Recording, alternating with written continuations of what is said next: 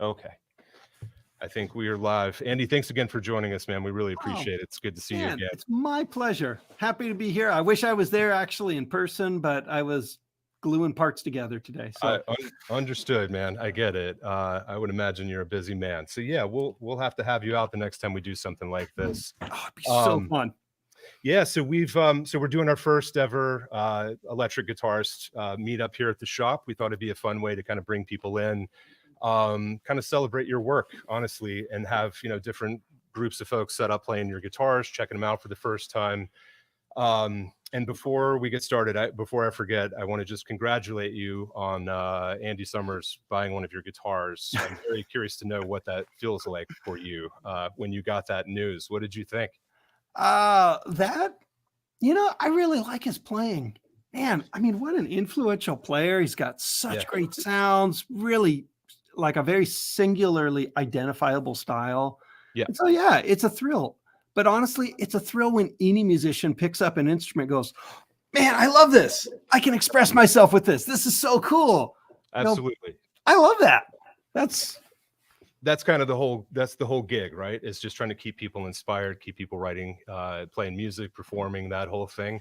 And you're totally right. I think that's a great point that, you don't have to be a rock star, so to speak, to have one of these instruments. I think for me, it's almost like when I used to play in bands, it's like making a record and somebody like that gets a hold of it and they're listening to your music. It's a similar thing where you designed this instrument and, took a chance. And I think that's really admirable of not, you're not doing another Strat copy, you're not doing another Les Paul. And obviously there's nothing wrong with that. There's plenty of people that do wonderful work in that world, but you really took a chance and tried to do something different. And just to see that acknowledged by all ranges of players, I think is a really commendable thing. So just wanted to quickly tip my hat to you on that. Yeah, that's great. Thanks. So I think the way we're going to try and structure this is, again, I've got a group of folks sitting behind me here, and there's a few folks in the audience that have questions for you. And I thought what could be cool is I could maybe moderate this with you and just have them come sit where I'm sitting now and just speak directly with you and fire away at their questions here. So if you that sounds great. Okay, cool, man. Yeah, if you can give us a moment, we'll just be kind of shuffling through here. So anybody want to ask a question to start, or am I being presumptuous here? Looks like you have a really cool collection of mandolins behind you too. I'm trying to kind of. We do. Sorry, easily distracted. Yeah. Squirrel. Exactly. Yeah. We'll get to the Powers Electric mandolins in just a moment. Yeah. All right. I will let this gentleman sit in here, Andy. If you want to introduce yourself and just ask your question. Hi, I'm Mark. How are you? I'm quite well. Nice to meet you, Mark. So my question is pretty general. So as was just described, you wanted to build something that wasn't a Strat, wasn't a Les Paul. I'm wondering, before you started, did you have a bullet list? I want it to be lighter. I want it to have a certain neck. What are the things that you had in mind when you began to design and build? Or was it something that you were just playing around with it and say, oh, this feels good, that feels good, and then it came together sort of by trial and error? That's a process there. That's a great question. Actually, this was one of the chances, or one of the times when I did literally make a list. I mean, I'm usually not a big list person, and so I didn't necessarily set out to build a not Strat or a not Telecaster or a not Les Paul. I set out to go, well, what is it that I want? Like, as a guitar player, or let's imagine, it's kind of a COVID era project.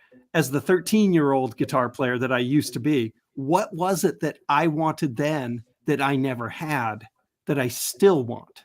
And so I made a list of all the kind of characteristics that I liked.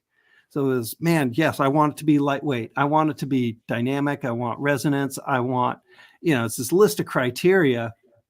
Some of them they seem almost like stupid to say aloud. Where you go, I want it to look really cool when you hold it at every angle. Oh, so important. I'm supposed to hold myself to a high standard because, we are the sophisticated guitar players. We think about tone and only tone. I go, I actually really want it to look cool. Like it's got to look cool when it's, at that angle, somebody's holding it on stage. If somebody, it's all, like vertically on your wall, it's got to look cool that way. It's all those sorts of things. And then there's some really technical stuff. I've been working on this set of pickups for years. Man, I love this pickup. I love the way this works. I love how it interprets the, so I put all these like real technical, mechanical kinds of things in there at the same time to go, yeah, it's everything from how's it look, how's it feel, what's it made of, how is this thing supposed to work? There's some pretty heady physics kind of stuff involving this set of pickups and the way that the neck vibrates and the body.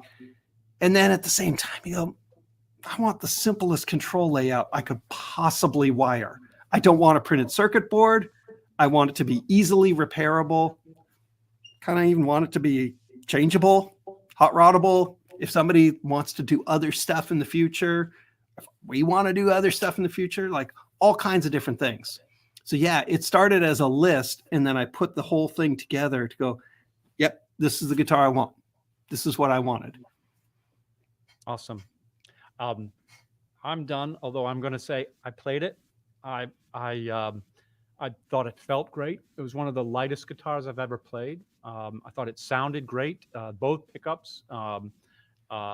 Really enjoyed it. So thank you. I appreciate that. I really appreciate hearing that. Thank you. Anybody else want to jump up? Why don't you come over? Andy, give us 1 second. Yeah, take your time. I'm just having fun looking at what all the instruments on your backdrop there. Got some cool stuff there, man. Hey, Howdy. how are you? I'm good. I can't see you on the screen here, but I'm gonna talk to you anyway. So I can see you. You're very handsome. Want to say that I'm very grateful for these folks for having this event, because I saw your guitar originally on a Tim Pierce video, and it really intrigued me, and I was about to buy one on Reverb sight unseen, but when I looked at the pickups, I'm like, they look like single coil, like P90 pickups. I don't know. And then I have to tell you, after playing that guitar, which I'm going to buy, by the way. It's the blue one. So thank you, and I'm sorry. And so anyway, the pickup, it is not a P90, and it's not it doesn't sound like a traditional single coil. It's just as explained, it's very warm. I kind of rolled off the volume a little bit, added different things, some dirt here and there, and the guitar just responds very nicely. Not only that, but before I even plugged it in, I didn't want to put it down. So congratulations on building a beautiful guitar, and I'm definitely going to be another owner. So. Man, thank you. I appreciate that.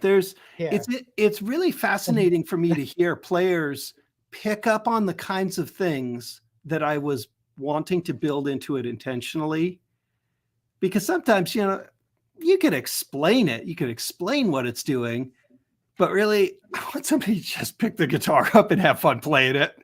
It's like, just play a cool song. If you like the way it sounds, you like the way it feels, man, that's a good guitar. Exactly. But you're right. This set of pickups is unique. It's not like something else I have. There's no real trickery in it. I mean, it's like 1930s era technology in most respects, but it is a unique kind of sound. The way that the string moves over top of the pickup is a very different experience. You'll see it even with the volume rolled all the way off or with it unplugged.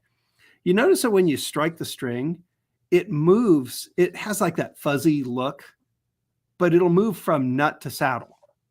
And it'll have a motion that looks a little like an acoustic guitar, because the magnetic field is so diffused, the string doesn't feel much of the magnet's influence underneath it. And so it sounds more natural, like if you were playing a an electric guitar that had the pickups entirely removed. That's different than when you put the pickups back in. So it's a real interesting experience. I really appreciate that. And yeah, it's got a nice snap to it for sure. Thanks. Take care.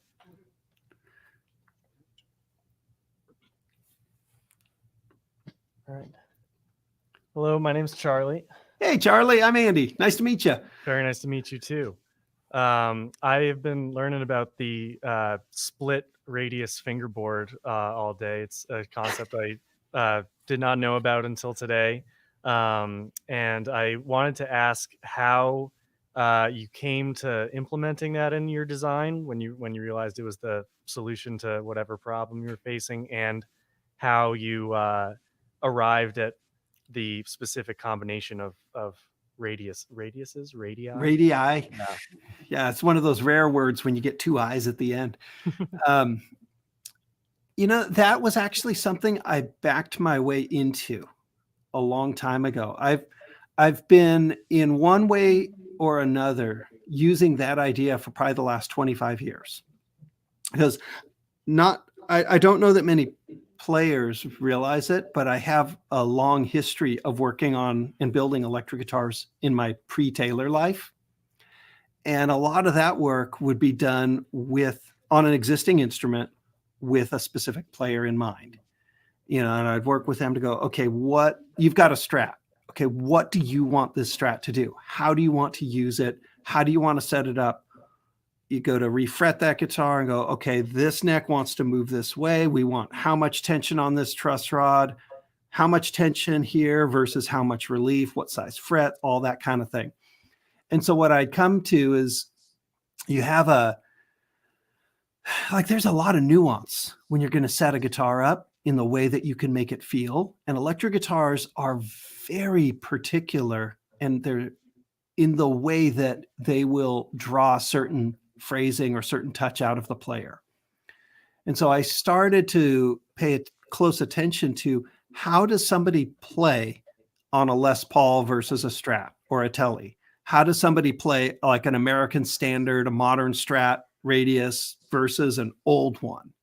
Or, like all the different combinations. And what I come into is this idea that, well, it's actually really comfortable to play chords on a very arched fretboard. Like that makes sense because your fingers don't really want to flatten out that well. So if you're going to play, typical guitar player bar chords, it's nice when it's got a lot of radius. When you go to bend a string, man, you're working uphill because that thing, you look at it as part of a cylinder, you're going to run into the fret in front of the one you're at if you're bending the high strings. Mm-hmm. And so that side, when I would go to refret guitars, I'd slowly start to flatten that side out on purpose based on the style of playing that a person was going to do to it, and went, oh, there's some interest here. Like, this feels really good. And so I had experimented over the last couple of decades with how much arch on one side versus the other. How does it blend? How does it transition? And so I came up with this because it's not too extreme. It's not that exaggerated, but it's enough to feel comfortable, feels familiar, and yet, yeah, it just sounds clear and clean when you bend these notes. You can set the action up pretty low.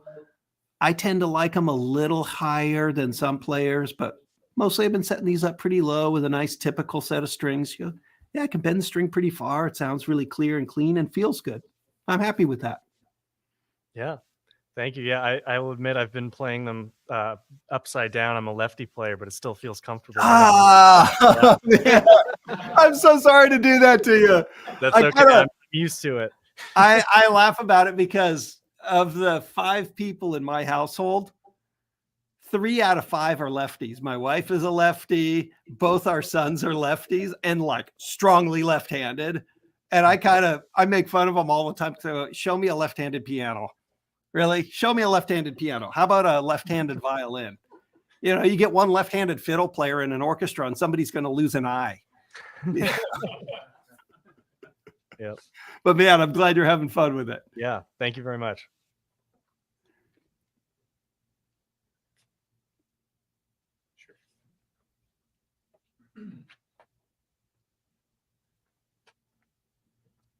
Hi, my name's Ben. I'm also left-handed, but I intentionally learned right-handed because of those issues. It goes the exact thing I just described, right? Um, you kind of just answered this with the answer to the previous question. My question was, I've seen a couple of your older electric guitars, but I never got to play one. Is there a set of things in these guitars that connects to your old guitars, either like style, design, or some of this functionality? A little bit of it. Most of this is pretty fresh to this guitar. It's like in my, call it my pre-Taylor life, a lot of those instruments, they would have been built at the direction of a specific player. And so some of those instruments are pretty odd. You know, they're very, very unusual instruments in some cases. And so there wasn't as much of a consistent like direction or thought with those because they were like a custom suit built for each player. But a lot of these ideas stemmed from that kind of work. So in a way that sort of background is like the test bed for some of these ideas to go, less moving parts is good. Okay. Rigidly coupled bridge to a top. That is very important. A neck that behaves like this and not like that. That works. And so this guitar is more of it's a little more, how can I say, mainstream in some ways, based on that test bed of unique activity from different players. Cool, thank you. Yeah. Yep, I noticed the neck too. You can play those funky chords and the 6 strings out of the way with the curve on that side. Yep. It's like just that little bit everywhere to go, I can get around this guitar. I like it. I need all the help I can get. Yeah, it's easy to get started on. Cool. Thank you.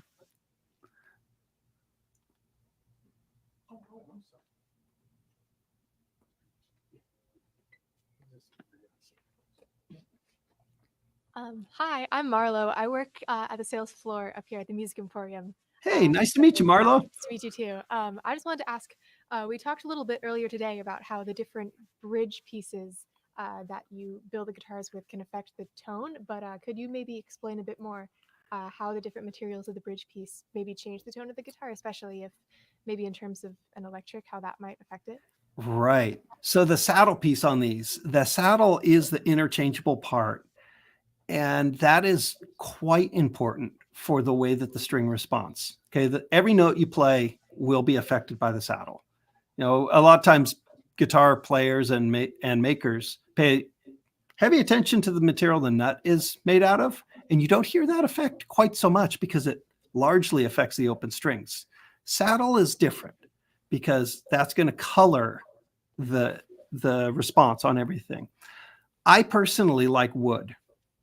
It's not the most common thing you see on an electric guitar, but it sounds great. It will have a little less density being a not metal.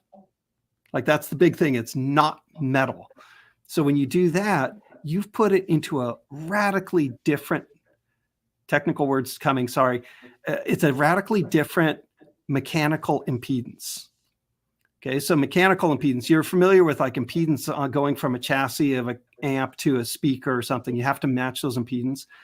Any guitar system actually has a mechanical version of that same concept where you're stepping down in density and therefore energy transfer from a metal string. In the case of an acoustic guitar, you go to some sort of saddle that's a little less dense than the metal string into a very dense piece of wood for the bridge into a soft wood top or something like that. Electric guitars are kind of unique in that they go metal string into metal saddle and you make this jump down. Okay. That lends an unbelievably vibrant, bright response on that string. By making the saddle piece interchangeable with different materials, you're just putting a little different filter on what gets transferred into the body. That's why you can hear the difference between, say, like the ebony saddle that we're using. We're using an ultra high density Delrin. It's almost like it's similar to the material that you'd see like a Dunlop Tortex pick. That's Delrin, but it's a softer Delrin. This is an ultra hard, like an industrial kind of version of that. That'll have a little more mid-range brightness to the attack. We're making some that have brass, and eventually we'll make some other materials too, but it's fun because you can swap them out almost like it was a tone control or something. Yeah, you don't even have to take the strings off the guitar. You can just slack them off, pop a new one in there, and you end up with a little different flavoring for the way the string gets articulated. Okay, wow, awesome. Thank you so much. Yeah.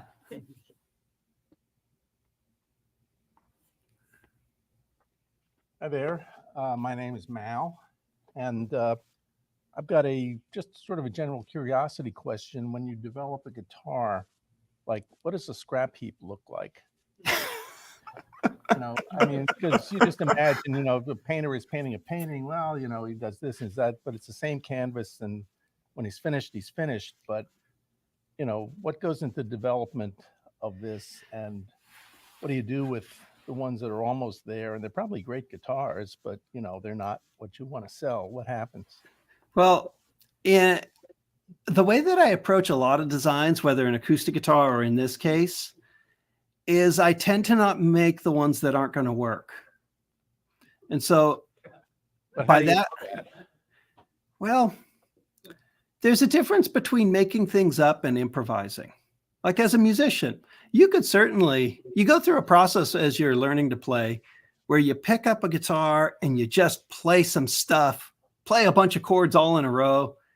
And sometimes they work out and a lot of times they don't. And so you go, yeah, okay, we'll keep the parts that worked out.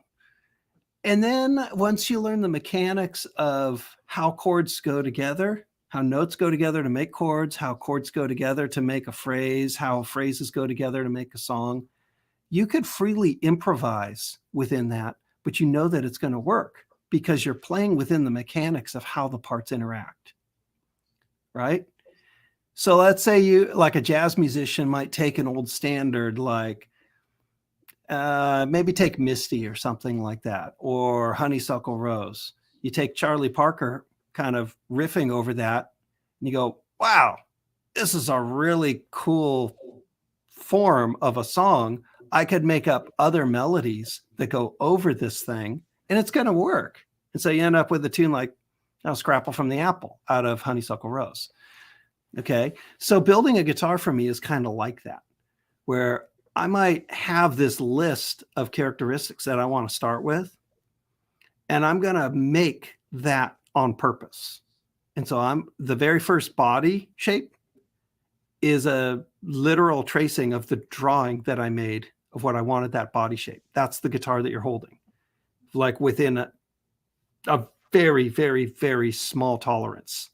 I could literally put this guitar that we're building on top of the original drawing I made, and it looks like I traced the existing body. If I look at the bridge, the only thing that changed with that bridge base plate was a tiny little arc in the bottom piece just to make the curve flow a little better so a cutter wouldn't get caught. So I actually have the very first one of these guitars that I built, and it is about 99% of what it is you hold there in the shop. The biggest part of the development isn't actual guitars. It's the slow refinement of how, let's take it component by component. How do you make this one part? Okay, well, if you're going to machine a metal part, you're going to machine it, make sure that it's what you want. Maybe this one isn't. Let's change the cutter profile to alter that. Okay, that one goes in the recycle bin because it's going to be melted back down and turned into a piece of steel again, or this aluminum part. So there aren't like heaps of guitars that are most of the way done. I think I have 3 that I built initially, and of those 3, 2 of them are out with musician friends. And then we worked through the process of making every part and went, cool, now we can make 5 of them. Let's get them out to some musicians, and everybody who's played with this thing wants it. Darn, we can't get it back. Okay, let's make 10 more. Okay, let's make 10 of them. And so that's kind of what that process feels like. Thank you. You bet.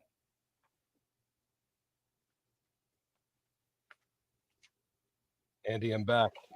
Hey, Thank you so much for doing this. I think it was such a, hopefully I can speak for everyone here. I think it was such an eye opener for us to be able to chat with you for a moment. It reminds me a lot when we were having dinner, as I was telling folks earlier last year when we came out to see you guys, that it's clear that you're very, very passionate about this and give every aspect of the design, the utmost respect and thought and care. And I think as musicians ourselves on the receiving end of that, I think we're all quite grateful for that and for folks like yourself in the world doing this type of work. The one question I want to ask you before we wrap all this up is a little bit more of a philosophical question, not so much about the instrument itself, although I would like you to just tell people briefly like where the name, the A-type, comes from. But I'm curious, you do give such thought to the design of the instrument, the pickups and whatnot that we've been talking about. I'm curious how you envision the company expanding and what might be on the horizon for Powers Electric. Is there a B-type model that you're sort of prototyping? Obviously, I realize you can't go that's a into great detail. name. Yeah, we'll keep that one. You could even do a C-type, Andy. I mean, Yeah, keep going. I actually started with, let's start with the name for a minute. Okay, so I like cars. I know I'm not the only guitar player that likes cars. Growing up here in San Diego, I have always loved surfing. I like skateboarding. I like this car kind of hot rod culture that seems to pervade every street, every garage, every driveway around here. Yeah, it sure seemed like it. Man, everybody's got some sort of toy that we're playing with and wrenching on. I mean, yeah, unfortunately, I've even infected our kids. I mean, our oldest son's 13, almost 14, and he drug home a 1929 Model A that he's wrenching and ripping apart. That's amazing. But having kind of appreciated the unique looks and the curves of different shapes, I really like that Jaguar E-type. It's the XK, but the Europeans will call it an E-type. I just think that's one of the coolest looking cars. I mean, every curve on there is just so good. And so we thought about, well, what do you call this? It's got to have a name. And I said, well, it's a guitar. Call it that. And that wasn't going to work. So we needed a name. And so I went, okay, well, this is the first one. So call it the A-type. So in the Jaguar racing tradition, you had, C-type, then D-type racer, then E-type, it's kind of that lineage. So that's where this one started. Which also implies there's more coming. This is a lot of really fun thoughts that went into this guitar. And I see it as kind of like the middle point of a spectrum. I mean, when I play that guitar, I don't think of the A-type as maybe like hard rock oriented guitar, but I could easily see how I could adapt it and take it more that direction. I could easily see how I could make a few tweaks, make a few changes, and have it be a more call it a jazz oriented or more rockabilly, country, blues oriented kind of thing. Like you could go in a lot of different directions with that basic platform. And so toward the future, seeing the success of it so far and how players have responded to this basic design, I could see the other ones coming someday. What those are, I got some ideas. When that might happen, I have no idea. Right. Yeah, it's not the kind of thing when you're in that creative space that you can, put a timestamp on, which makes total sense. Right. And it's so, exciting. It's exciting. It's exciting. Yeah. It's really fun to work on, partly because this is almost like a nice counterpoint to what a lot of our other guitar making feels like. I mean, this is very much a small shop, kind of small batch oriented production, if you want to call it production. But at this point, I'm literally still working on every single one of these guitars. So every single one is coming through my personal workshop and I'm doing my thing with it and going, this is what this should be, because I enjoy it. It's not that other people can't do it. It's just that I really like these guitars. I'm having fun with them. Yeah, and you can tell. I mean, I think that comes through, you see that in so many different, arenas, so to speak, like folks that are chefs that are really into cooking, like the ingredients and the quality of them, and all of that finds its way into, the art, so to speak. And it's very clear. I think, we've got a room full of people here that would probably agree that you can feel that in these instruments. You can tell a lot of care was taken to develop these instruments to not only solve certain, design problems that it sounds like you were setting out to do, but to just make something that's inspiring. And like you said, that just looks cool, and like there's something to be said for that. We are human after all. We are attracted to things visually. Yeah. And I don't know, man, I can only just sort of tip my hat to you, and really appreciate you taking that risk and offering up the guitar community something, original and fresh. It's, again, thank really you. amazing. I appreciate that. Yeah, man. Well, look, I want to be respectful of your time. Again, can't thank you enough for taking the time to do this. Hopefully we can do this kind of thing again, or have you out to the shop. So yeah, feel free to join us anytime. And thank you, Andy. Really appreciate it. It's my pleasure. I'd love to be there in person. Looks like you got a really great collection of instruments there to play through. Sorry, say that one more time. I would really love to be there in person. It looks like you've got a great collection of instruments. It'd be fun to play through. Absolutely, man. Well, you're welcome anytime. So consider it an invitation. All right, man. Have a great evening. Yep, you too. All right, talk to you soon. All right, be well.